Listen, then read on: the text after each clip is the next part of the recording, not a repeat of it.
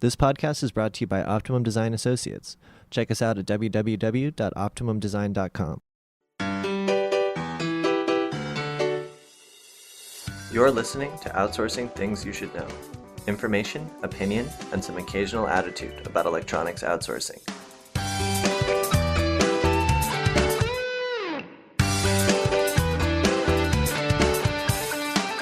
Hello and welcome to Outsourcing Things You Should Know. I'm Everett Frank. And I'm Sherry Hubbard. And we have Rob in the control room, keeping us honest, checking facts and figures as we go. Thank you for your support, Rob. Rob's the man. So today, Sherry, I propose that we talk about on-time delivery. On-time delivery. What is there to talk about? On-time delivery. Isn't that a given? You would think so, right? Absolutely. You just deliver on time. Absolutely. It's simple. Very simple. It turns out, however, that when you break it down, it gets more complicated.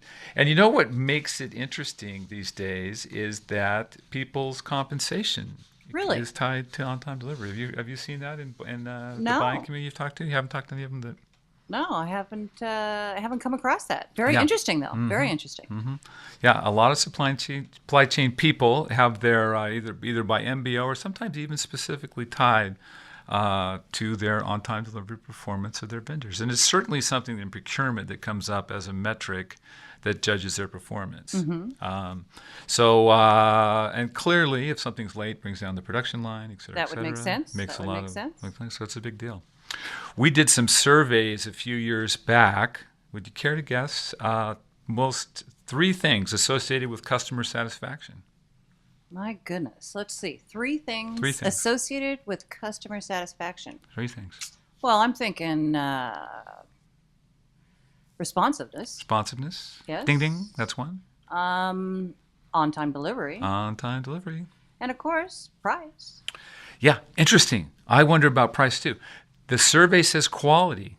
Really? Yeah. Yeah. Isn't that interesting? Above price. Mm-hmm. That is Above very price. interesting. Yeah. We'll talk about that. We're going to do another podcast. Yeah, let's do. But back to on-time delivery. So one of the interesting things is the difficulty of really even defining on-time delivery to start, because on-time delivery, counterintuitively, doesn't refer to a day. It refers to a window. What kind of a window? A window of days. So if we might say that something's due on a certain day, that would be day zero. That's the day it's due. If it comes in that day, it's that correct, makes sense. Right? Mm-hmm. What if it comes in a day early?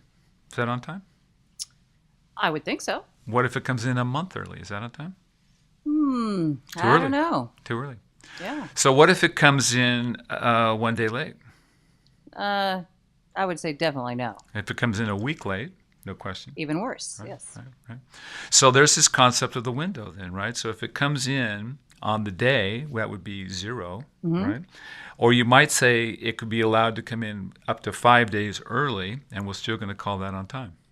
I've definitely heard of that before. Right? So you might have an on-time window expressed as -5 to +0 in that particular case. Is this for all types of products? Materials? Well, that's a great question. It turns out that how you adjust that window would depend on the type of product. Okay. So, and how many kinds of products are there? Well, there's a lot of types of products, but they class them. A common way to class them in ERP systems is by, intuitively, commodity class. And a typical would be ABC items. You've probably heard that reference. Yes. Talk about ABC items. Mm-hmm. A items tending to be high cost, C items tend to be low cost, and B are the nice ones in the middle, right? Yep. So a common way to set the A item window would be -5 to +0. Typical okay, A that makes item sense, window, right? The most expensive items. Yeah. Mm-hmm. Yeah, you don't want them coming in too early. Nope. Right? Otherwise, you got to pay for it too soon. That's absolutely right. And you certainly don't want them late, right? Can't have them late.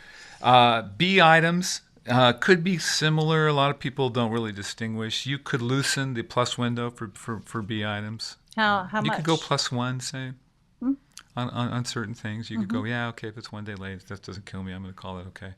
Most people don't really do that, but you could legitimately do that. I think the one where you see variance is C items. The least expensive. The least expensive, yeah. Your penny parts. The penny parts. So think about like bulk procurements. You have 10,000 of these things coming in, right? Right. They might be $9, right? So do you really need to schedule that super tight to be in on exactly that day? Doesn't sound like would be a requirement. Yeah. Probably not.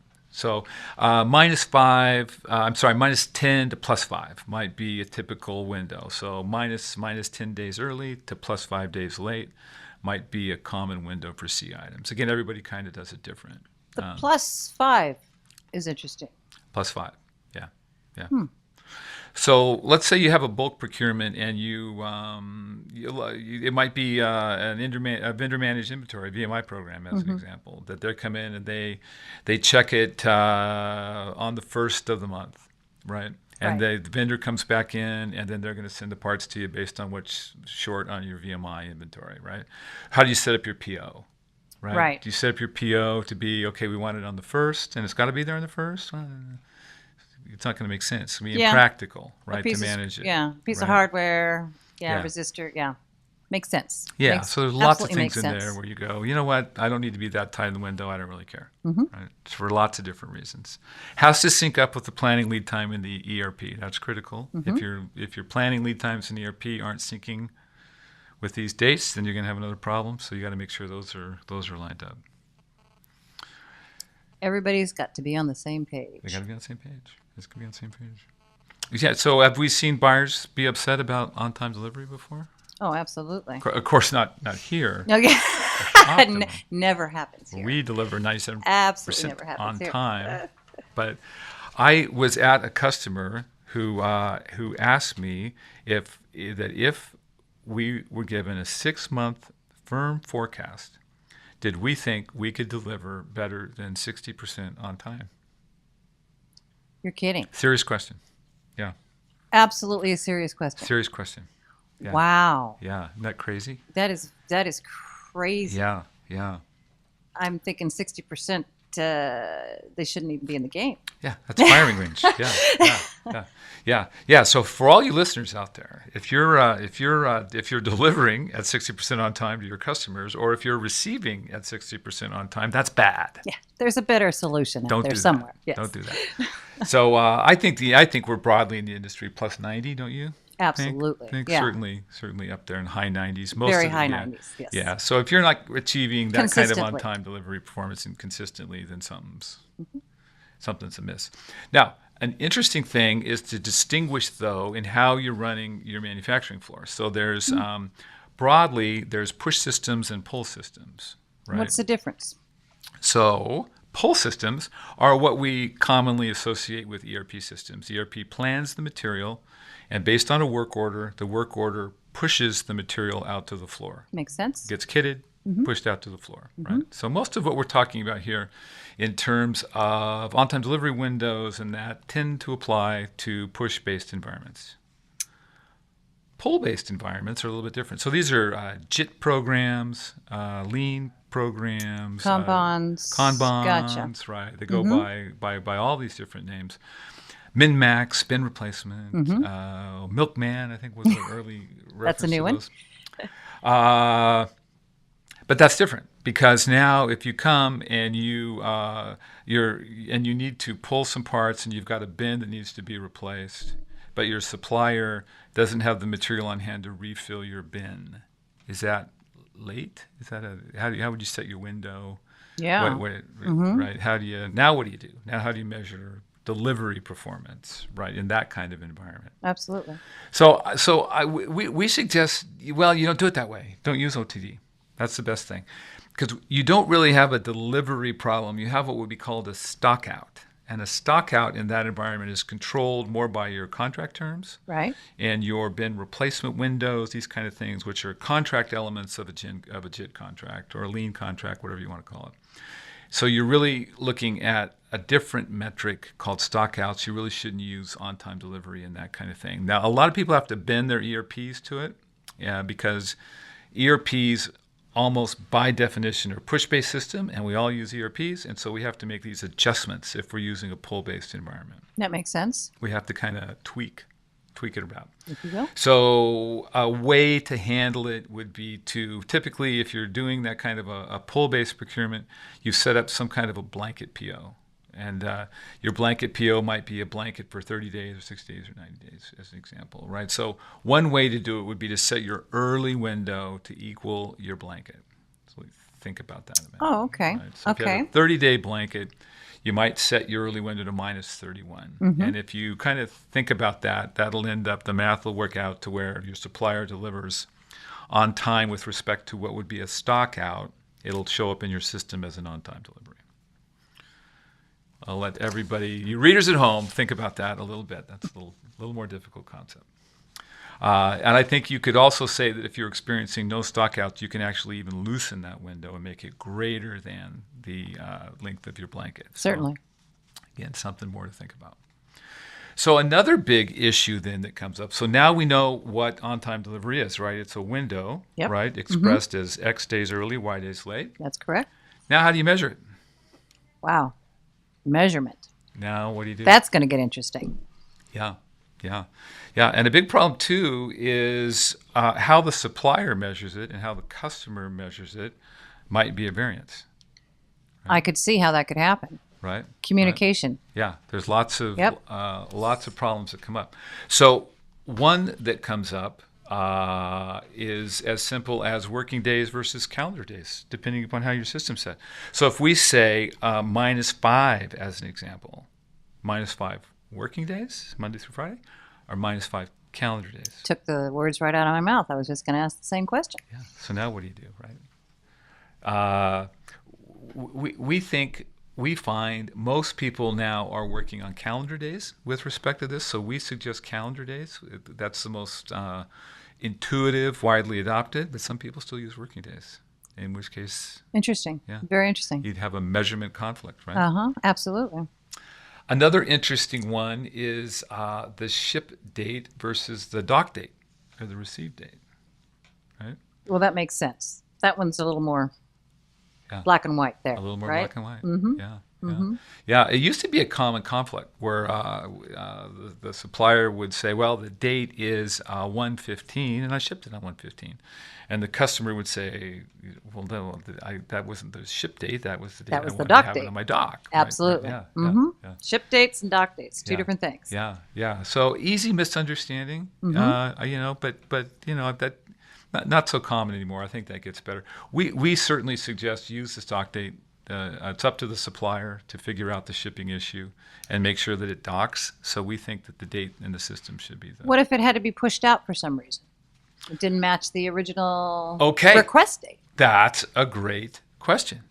And that raises up, well, first there's two problems. In the system, in most systems, you're going to have a promise date and a required date. Yes. Right? You're going to have both those. Your system's going to tell you, right? So ERP is going to say, hey, I need it on 1/15. The supplier says, I can't deliver it till 1/20, right? So your required date's 1/15, your promise date's 1/20. Exactly. So what are you going to measure to? Right? That's a good one. Is it morally right I wouldn't say so. to hold the supplier to your required date? No. Okay, so there's a little attitude there. We said, Rob, do we still have that line about occasional attitude in our opening thing? Okay, so there's a little occasional. Rob says yes. Okay. There's some occasional attitude there. Thank you, Rob. Thank you, Rob. You can't hold suppliers to the promise date. Yeah. Not fair. Unless there's some pre-existing contractual arrangement, right? I promised I was going to hold some amount of inventory, et cetera, et cetera. So in that environment... I would think that would probably be about the only time that kind of, that would would be fair. Yes. Yeah. But I think your question, though, was a little different. So now we got promise dates and we got required dates. We agree that promise dates, with few exceptions, should rule. That's correct. Okay, so required date's 1/15. I promise it on 1/20. Something happens, and I call up the buyer and I say, hey, how about 1/25? And the buyer says, yeah, that's fine. But I'm thinking it's still going to go on the metric, right? What's going to happen? As a bad. Now what's going to happen? How do you measure that? Yeah, exactly. How do you measure that? Yeah.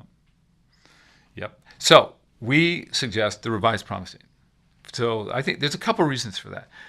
Most systems well, that may go too far. Many systems can't measure the original promise and the revised promise. All systems can measure the current promise state, but not very many systems can measure the original promise state and the revised promise state. Some do, some don't. Why is that? Just how the ERPs are set up, how many fields they put into their system. You could always customize it if you were really that concerned about it. But I think on the next level, though, if that's an acceptable date to you, often the dates that you get from planning or the planning from the purchasing department aren't that hard with respect to the requirement. Maybe padded some, or yeah, for various reasons.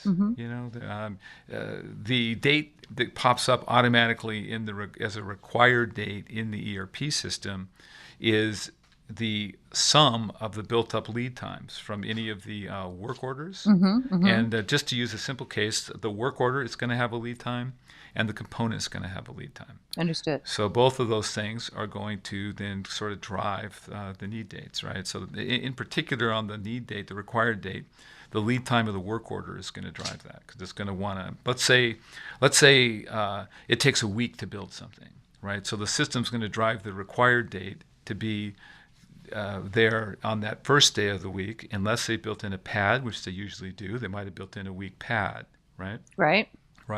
But what if it actually takes a week to build and they put in 3 weeks as the manufacturing lead time, right? And then they added a week for the other. Now they've got 4 weeks. Now the material's actually coming in 4 weeks earlier, right? So the buyer might look at that and go, hey, when I want to revise the promise date, they might go, yeah, 5 days later is fine. I don't actually really probably need it for another 3 weeks. Sure, makes sense. Right? Absolutely. Right. So usually if they can accept that revised promise date, and we think that the better practice would be, if you can't accept that revised promise date, don't change it, and let it go late. Now that causes other problems. If you allow that to be so in your systems as a procurement department, if it shows that it's due someday in the past, right? Some systems just simply drop it off. They just say it's late. It's not here. They say we don't know anything about the past, or it's leaving bad data in your system.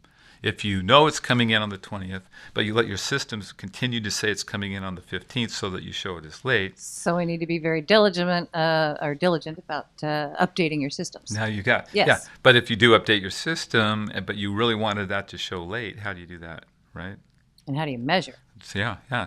So this is more complicated. Yes, it is. More complicated than what it seems. Another interesting thing I've seen people do is measure the percent of the line item received as opposed to the entire line item. So, for instance, if 100 widgets were due on a day, and 50 units are delivered on that day, and the other 50 are delivered later, is the line item late or on time? That is an excellent question. Yeah. My goodness. I can't even imagine how that would be measured. Now what do you do? How do you measure that? Yeah. I mean, probably there's a couple things you could do. I think some customers on the sophisticated end will measure what they would call PPM, or parts per million. Right. So they would be able to capture the data as such and say that those 50, they would measure the total component count as opposed to the line item. So they would say 50 were on time and 50 were late. Right. And then they would amalgamate all those numbers together and express the on-time delivery performance as a PPM. So they would say the parts per million that were delivered on time, as opposed to the traditional way of saying it. The traditional way essentially says this is the number of line items that were delivered on time, but doesn't know anything about the number of parts in those line items, right? Who knew on-time delivery had so many elements? It's fascinating. Yes, very fascinating subject. Yeah, it's a deep, deep well. The last thing I think. The last thing I think about this is that with all these variances and sort of toggles with the measurement, it's almost the rule that the purchaser's measurement of on-time delivery is going to be at a variance with the supplier's measurement of on-time delivery. So it's interesting. Lots of things could come up in the middle. Mm-hmm. In a sense, the supplier, despite whatever their best efforts may be, can really only measure on-time shipment. They can't really measure on-time receipt. Follow what I mean? No, I think I need a little more explanation there. Okay, so let's say I'm going to ship it across town. It's a one-day shipment. It's due on the 15th. As a supplier, I'm going to ship it on the 14th, mm-hmm. right? Right. And I'm going to record in my system that it's on time. What if it snows? And it comes in a couple days later. Yeah. Right? Supplier or the customer is going to record it as late. He's going to Boston. Maybe he went to Boston. So really all the supplier can measure technically is an on-time shipment. They can't really measure an on-time receipt. Right? Thank you for the explanation. That makes a lot of sense now. Fascinating dimension mm-hmm. of on-time delivery. So the bottom line is that the data between the two can be at a variance. And so the best thing to do is to, quarterly, to compare your numbers. Sure. And see how close they are. Absolutely. And I think you could probably figure that within a few percentage points, you'd have to call that good. You wouldn't want to argue, unless somebody's pay was on the line. Of course. Over a couple of percentage points. But sometimes you do. Again, sometimes comp is on the line. Makes a lot of sense. And you need to really, you really need to get in there. Makes a lot of sense. If you have too big of a delta, an interesting rule is that performance improves with the frequency of measurement. This is true of all things, and you can apply it to this. So if on-time delivery is it's a gap between your two measurements, then measure it more frequently. So you might first, every quarter, if it's quarterly, it's too bad, it's too far apart, then say, okay, well, we're going to measure this every month. That makes sense. Right? Every month, still too far apart. Let's look at it every week, and then every day, right, until you finally get down to it. Makes sense. Okay.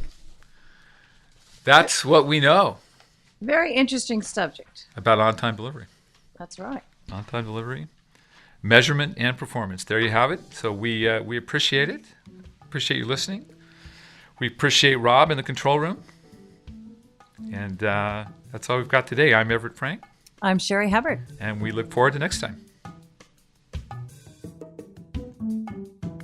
So there you have it. That's our show. This podcast is brought to you by Optimum Design Associates. We're online at www.optimumdesign.com. You can also stay up to date with the latest episodes on Twitter at OptimumEMS. Our show is produced by Rob Frank with additional support from the Optimum Design Associates staff.